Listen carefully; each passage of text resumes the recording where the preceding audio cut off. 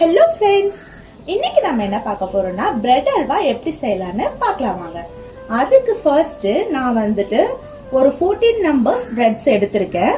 அதை இந்த கார்னர்ஸ்லாம் நம்ம கட் பண்ணி விட்டுக்கலாம்.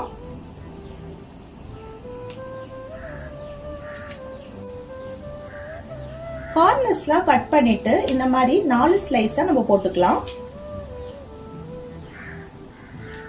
இந்த மாதிரி ஸ்லைஸா நம்ம கட் பண்ணி எடுத்துக்கணும். மீதம் இருக்கிற பிரெட்ஸ் எல்லாமே அது மாதிரி நம்ம கட் பண்ணி எடுத்துக்கலாம். இந்த மாதிரி பிரெட்ஸ் எல்லாம் நம்ம ஸ்லைஸா கட் பண்ணி வச்சுக்கணும். அதுக்கப்புறம் நம்ம ஒரு கடாயில எண்ணெய் காய வச்சிருக்கோம். இந்த கட் பண்ண ஸ்லைஸ் எல்லாத்தையும் அதுல நம்ம போட்டு நல்லா ஒரு கோல்டன் ப்ரௌன் வர அளவுக்கு நம்ம பொரிச்சு எடுத்துக்கலாம்.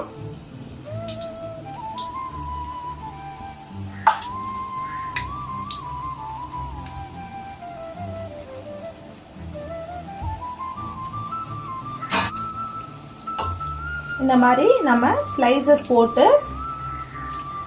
ப்ரௌன் கலர்ல வர அளவுக்கு நம்ம பொரிச்சு எடுத்துக்கலாம். நல்லா இந்த கலர்ல வர வரைக்கும் நம்ம வெயிட் பண்ணி இதை நல்லா பொரிச்சு எடுத்துக்கலாம். இந்த மாதிரி எல்லா பிரெட்ஸையும் நம்ம பொரிச்சு எடுத்துக்கணும். அதுக்கப்புறம் ஒரு பாத்திரத்துல இந்த கப்ல ஒரு 7 பிரெட்டுக்கு அரை கப்பு சர்க்கரை. ஸோ இப்போ நான் ஒரு 14 பிரெட்ஸ் போட்டிருக்கேன் இல்லையா, ஒரு 1.5 கப்பு சர்க்கரை எடுத்திருக்கேன் நான்.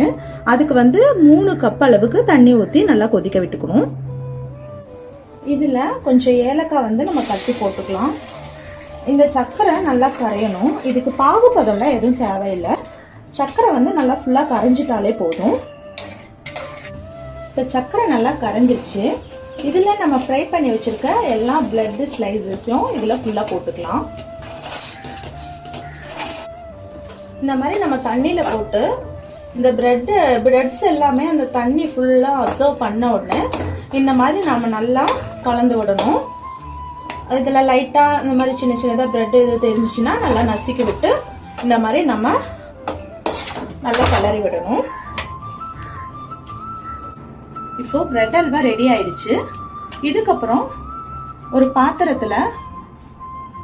பாத்திரத்துல நெய் கொஞ்சம் விட்டுக்கலாம். அதுல நம்ம கட் பண்ணி வச்ச நட்ஸ்,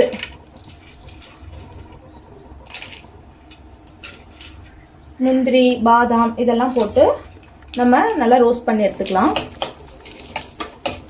நெய் கம்மியாவே போட்டுக்கலாம். ஏன்னா நம்ம ஆல்ரெடி பிரெட்ஸ் எல்லாம் ஆயில்ல தான் பொரிச்சு எடுத்திருக்கோம்.